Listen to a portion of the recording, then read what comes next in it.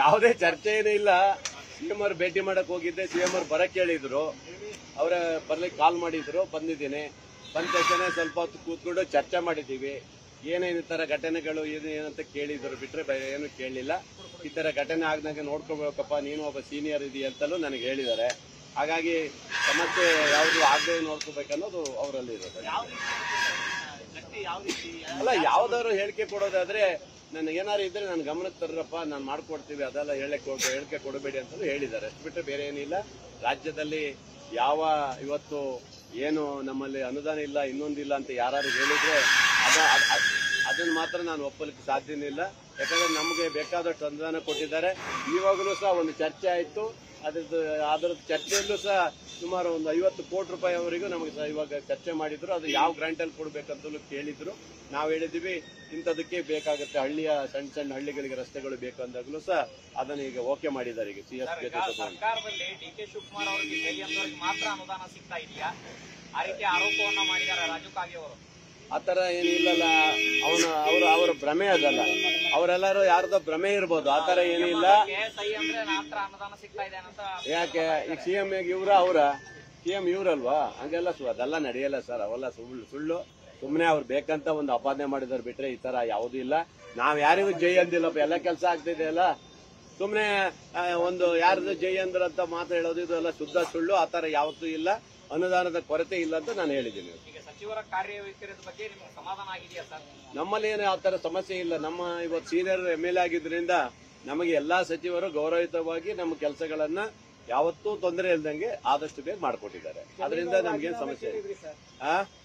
ರಾಜೀನಾಮೆ ಕೇಳಿದ್ರೆ ಆಮೇಲೆ ಸೈಲೆಂಟ್ ಆಗ್ಬಿಟ್ರಿ. ನಾನ್ ಕೇಳಿದೆ ಏನಂತ ಹೇಳಿದ್ರೆ, ಒಬ್ಬ ಹಿರಿಯ ಸದಸ್ಯರು ಕೇಳಿದಂತ ಸಂದರ್ಭದ ವಿಚಾರವನ್ನು ಹೇಳಿದ್ದೀನಿ. ಅದನ್ನ ಆಮೇಲೆ ಅವರೇ ಹೇಳಿದಾರಲ್ಲ, ಆತರ ಏನಿದ್ರೆ ನಾನೇ ರಾಜೀನಾಮೆ ಕೊಡ್ತೀನಿ ಅಂತ ಹೇಳಿದಾರಲ್ಲ. ಅವ್ರೇನ್ ತಪ್ಪಿಸತ್ತರ ಅಲ್ಲಲ್ಲ, ಇನ್ನು ಅದೇನು ಇದಾಗಿಲ್ಲ ಅಲ್ವಾ. ಅವ್ರು ಹೇಳಿಕೆ ಕೊಟ್ಟಿದ್ದಾರೆ ಅಷ್ಟೇ, ಇನ್ನು ಕಂಪ್ಲೇಂಟ್ ಮಾಡಿಲ್ಲ, ಏನು ಮಾಡಿಲ್ಲ. ಅದು ಅಲ್ವಾ, ಬುಟ್ಟಿ ಇದೆ, ಬುಟ್ಟಿಯಲ್ಲಿ ಹಾವು ಇದೆಯೋ ಅಥವಾ ಖಾಲಿ ಬುಟ್ಟಿ ಇದೆಯೋ ಗೊತ್ತಿಲ್ಲ. ಅವತ್ತೇ ಅದು ಹೇಳಿಕೆ ಕೊಟ್ಟಾಗಲೇ ನಾನು ಕೊಟ್ಟೆ ಈ ತರ ಅದೇ ಅಂತ. ಬಟ್ ಅವ್ರೇನು ಕಂಪ್ಲೇಂಟ್ ಕೊಡದೆ ನಾನು ಈಗ ಮತ್ತೆ ರಾಜೀನಾಮೆ ಕೇಳಕ್ ಬರೋದಿಲ್ಲ. ಅವರೇ ಹೇಳಿದ್ದಾರೆ. ಹಾಗೇನಾದ್ರೆ ನಾನೇ ರಾಜೀನಾಮೆ ಕೊಡ್ತೀನಪ್ಪ, ನನಗೇನು ಆತರ ಅಂತ ಹೇಳಿದೆ. ನನ್ನ ಲೆಕ್ಕದಲ್ಲಿ, ಅವ್ರು ಹೇಳಿದ ಲೆಕ್ಕದಲ್ಲಿ ಯಾವುದೋ ಒಂದು ಮನೆಗಳಿಗೆ ದುಡ್ಡು ಕೊಟ್ಟು ಒಬ್ಬ ಗ್ರಾಮ ಪಂಚಾಯತ್ ಸದಸ್ಯ ತರೋದಂಥದ್ದು ಅದು ಶುದ್ಧ ಸುಳ್ಳು. ಇದು ಈ ತರ ಆಗ್ಲಿಕ್ಕೆ ಸಾಧ್ಯನೇ ಇಲ್ಲ. ಅದು ಯಾಕಂದ್ರೆ MLA ಲೆಟರ್ ಇಂದ ಯಾವುದೇ ಕೊಡೋದಕ್ಕೆ ಬರೋದಿಲ್ಲ. ಅವೆಲ್ಲ 10,000 20,000 ರೂಪಾಯಿ ಯಾವ ಮಂತ್ರಿಗಳನ್ನು ಇಸ್ಕೊಳ್ಳುವಂತ ಪ್ರಶ್ನೆ ಬರೋದೇ ಇಲ್ಲ. ಇವೆಲ್ಲ ಶುದ್ಧ ಸುಳ್ಳು. ಇವೆಲ್ಲ ಸಚಿವರು ಬೇಳೂರು ಗೋಪಾಲ್ ಕೃಷ್ಣ ಅವರು ರಾಜೀನಾಮೆ ಕೇಳಿದ್ರು ಅಂತ ಹೇಳಿ ಪಾಪ ಜಮೀರು ಒಳ್ಳೆ ಕೆಲಸ ಮಾಡ್ತಾ ಇದ್ದಾರೆ, ಒಳ್ಳೆ ವ್ಯಕ್ತಿ ಇದ್ದಾರೆ. ಅವ್ರದ್ದು ರಾಜೀನಾಮೆ ಕೊಟ್ಟು ನಾನ್ ಮಂತ್ರಿ ಆಗ್ಬೇಕಂತ ನಂಗೇನ್ ತವಲಿಲ್ಲ. ಅದು ಬೇರೆನೇ ಇರುತ್ತೆ, ಅದೆಲ್ಲ ಬೇರೆ. ಅದು ಮಂತ್ರಿ ಯಾಕೆ, ನಾನೇನ್ ಸನ್ಯಾಸಿನ ಅಪ್ಪ? ನಾನು 3 ಸರಿ MLA ಆಗಿದ್ದೀನಿ, ನಾನೇನ್ ಸನ್ಯಾಸಿ ಅಲ್ಲ.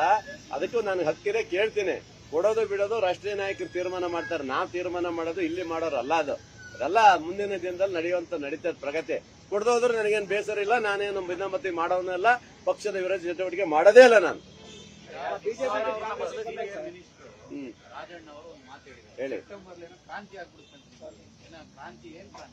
ಏನ್ ಕ್ರಾಂತಿ ಆಗ್ಬೋದು ಅಂದ್ರೆ ಒಂದಿಷ್ಟು ಬದಲಾವಣೆಗಳು ಆಡ್ಬೋದು, ಏನೋ ಗೊತ್ತಿಲ್ಲ. ಬಿಟ್ರೆ ಇನ್ನೆಂತ ಕ್ರಾಂತಿ ಆಗುತ್ತೆ? ಕ್ರಾಂತಿ ನನಗೆ ಗೊತ್ತಿಲ್ಲ, ಅವ್ರನ್ನೇ ಕೇಳ್ಬೇಕು. ಕ್ರಾಂತಿ ಗೀಂತಿ ಎಲ್ಲ ಅದೆಲ್ಲ ಹೋರಾಟದ ಕ್ರಾಂತಿ ಕೇಳಿದ್ದು ನನಗೆ ಗೊತ್ತಿಲ್ಲ. ರಾಜಣ್ಣರನ್ನೇ ಕೇಳ್ಬೇಕು, ನನಗೆ ಯಾವ್ದು ಗೊತ್ತಿಲ್ಲ.